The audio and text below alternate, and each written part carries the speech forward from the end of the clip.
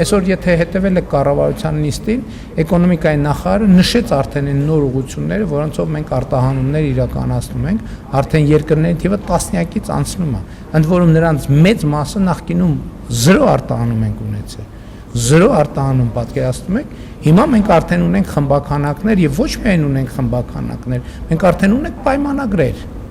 պայմանագրեր մեծ եւ երկարաժամկետ խմբականակների համար։ Ես ամենևին չէի չափազանցնում, երբ որ կառավարության նախորդ նիստում ասում էի, որ մեր մեծ ծավալը լինելու է պայմանագրերը, մեր մեծ խնդիրը լինելու է պայմանագրերը ապահովելը,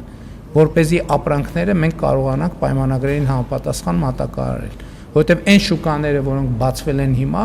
իրենց ակնկալիքը եւ պահանջարկը շատ ավելի մեծ է,